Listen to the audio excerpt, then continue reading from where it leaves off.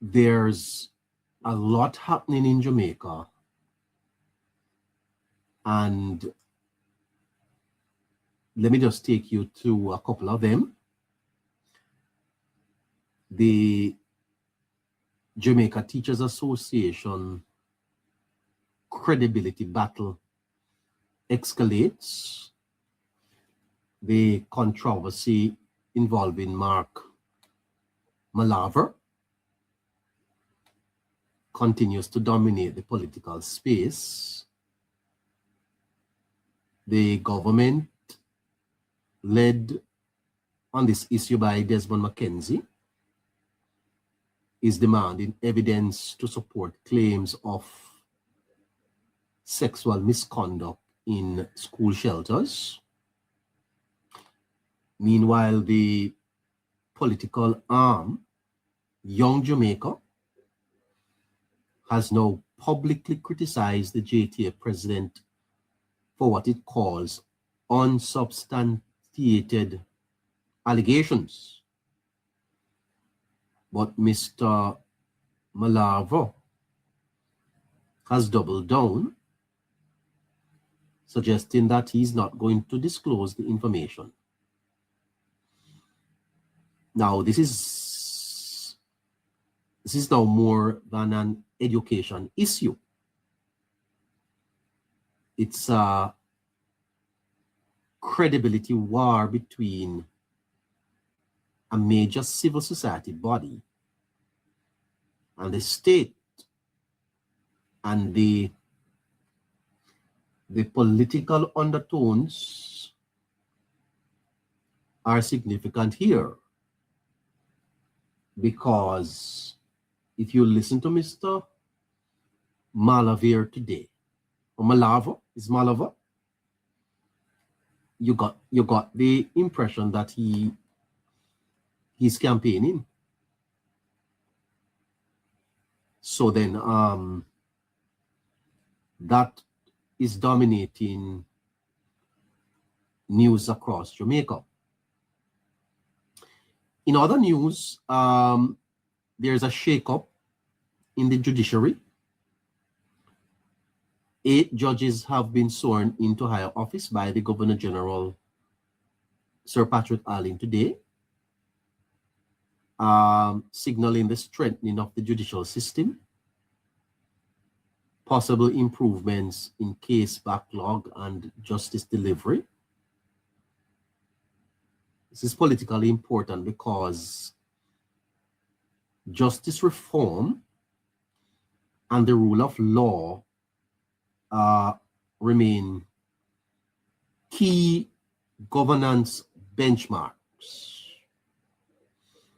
Meanwhile, the health policy push, the government is expanding drug access. Health Minister Dr. Christopher Tufton is highlighting expanded access to medication through the National Health Fund. That's the NHF.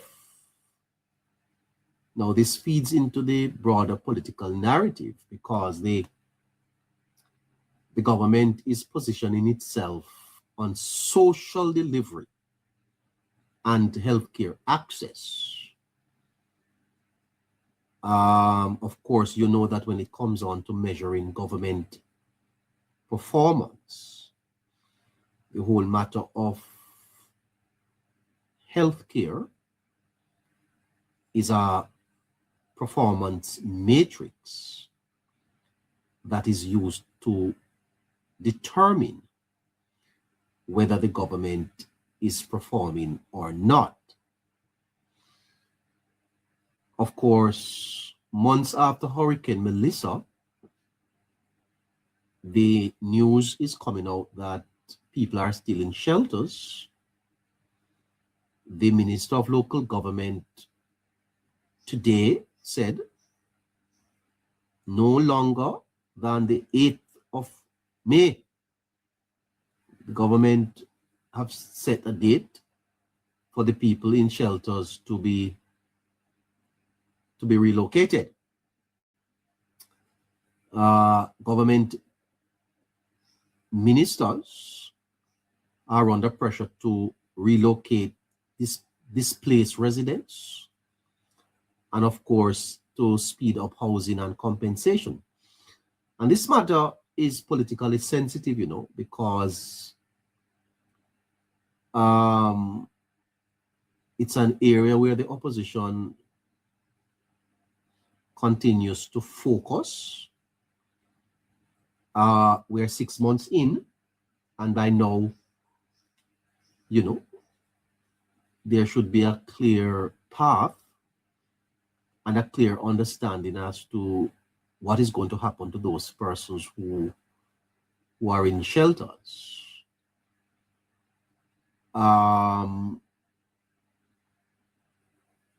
So across Jamaica, all these stories are emerging.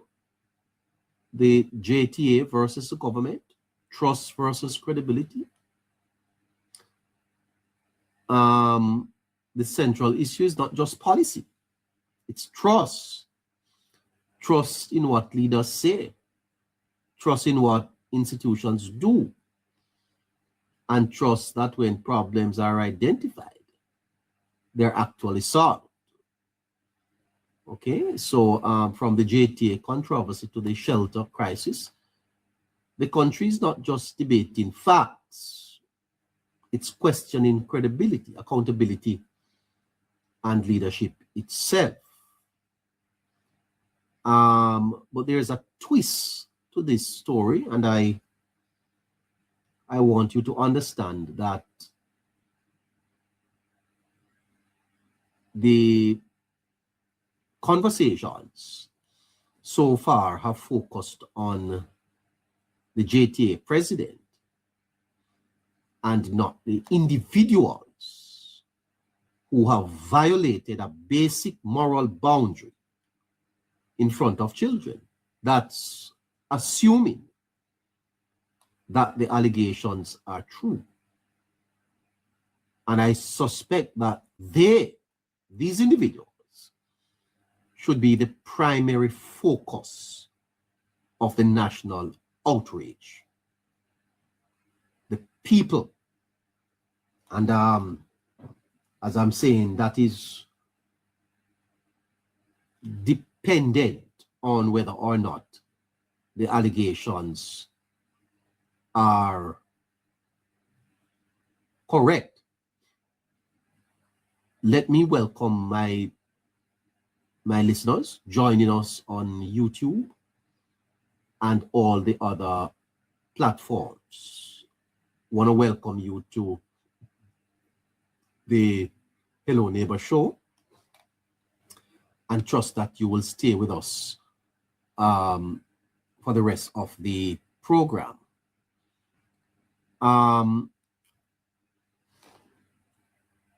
Let's go to the pages of the notes. Let's go to the pages of the notes. What's on our mind today? Now, there is a dangerous habit of many societies today, not only Jamaica, one that does not announce itself loudly,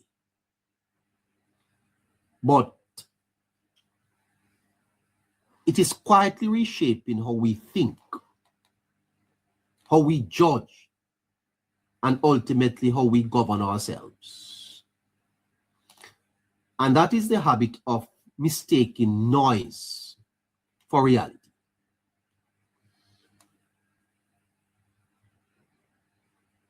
The biggest story in Jamaica is not this matter with this children and the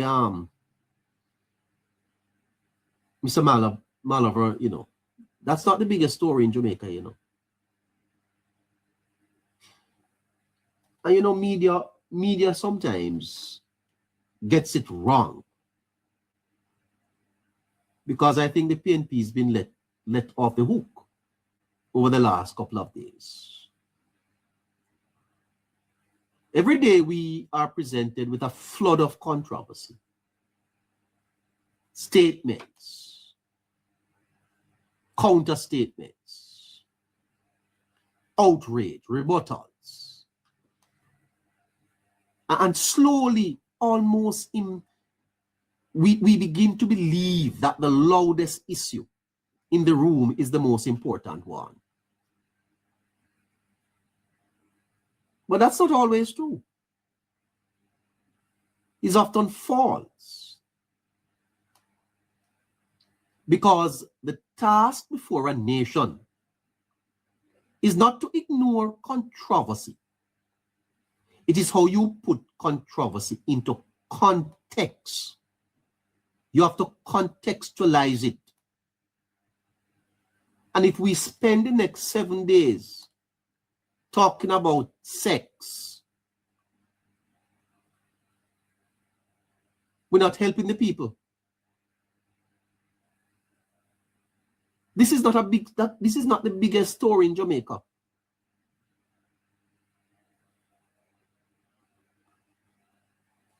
And there's a sense I get that we are being distracted by this story. Let me give you an illustration. If a house has a leaking pipe in a room, you fix the pipe. You do not declare the entire house to be unlivable. You don't abandon the structure. You don't confuse a localized problem with total collapse. You fix the pipe. And in public life, we do this all the time. One issue emerges, serious, urgent, deserving attention, and suddenly it becomes the lens through which everything else is judged. Malava's issue is a pipe. You cover that story, you move on. There are bigger issues in Jamaica today, you know. Because I think that the JTA controversy is one such issue. Yes, it raises serious questions about safety, about accountability, about leadership, and it must be addressed.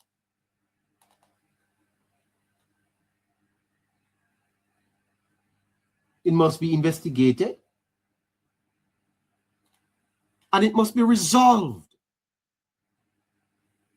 But it must not define the nation. We are being dragged down a rabbit hole with this story. We're bigger than this.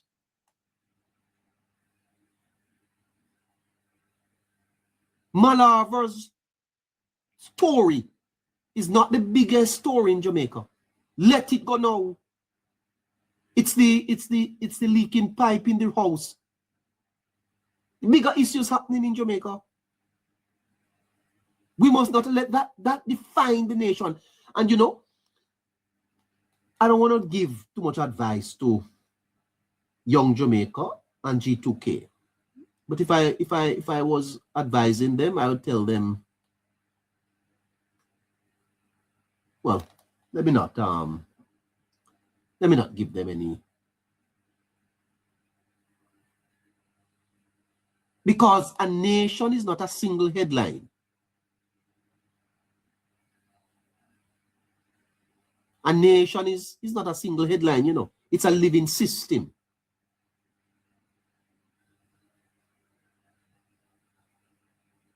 The Prime Minister just delivered a budget presentation. It has been knocked off the headline. The Jack Den controversy knocked off the headline. member of the People's National Party, former member, arrested for sexual impropriety, knocked off the headline because Malavir went to a JTA go make up some noise. Let that issue be dealt with in context. But that's not the issue, man.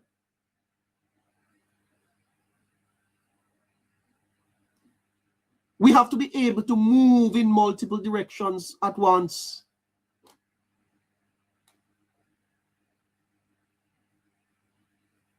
And media in Jamaica is not able to do that. To reduce that complexity into one issue, no matter how seriously, is to distort reality. Come on, people, wake up. Let's just not distort reality. Jamaica is bigger than this little story here. Imagine with me, you see, a ship at sea. The ocean is not silent. There are waves, winds, sudden disturbances. But the captain is not judged by the noise of the storm.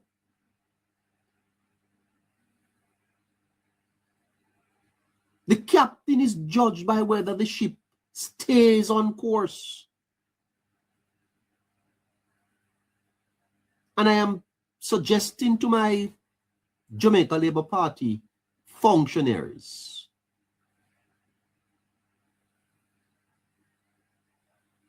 stay on course. And don't be distracted by the storm and the noise in the market. The question that you must ask yourself is the country functioning? Is the country stable? Is the country moving forward?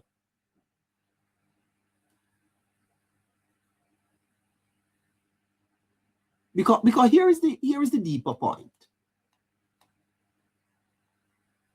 Order is often quiet. It is disorder that is loud.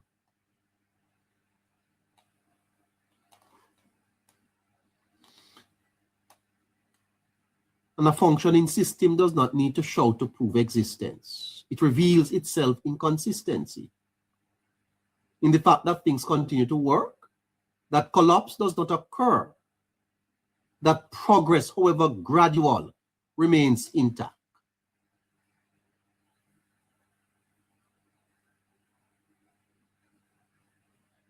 But we are wired, you know. We are wired to notice what is wrong before we appreciate what is right. And so we become so susceptible to a kind of collective illusion. The illusion that because something is loudly wrong, everything must be wrong. Leave Mr. Malavir and let the police and the authorities deal with him. Get back to the substance of the country that we are pushing forward.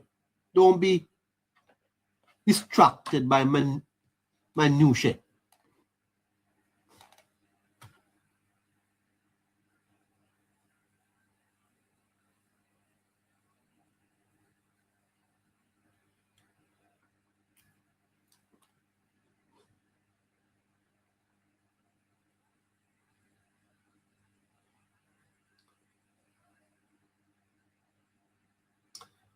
All right.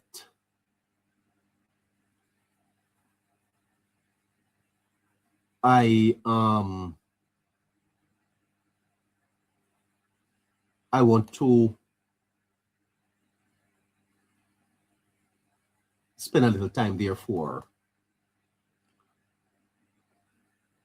looking at something else. Because as I said, we may very well be involved here in a political strategy, a strategy of distraction. And we have to be careful that we don't get caught into that.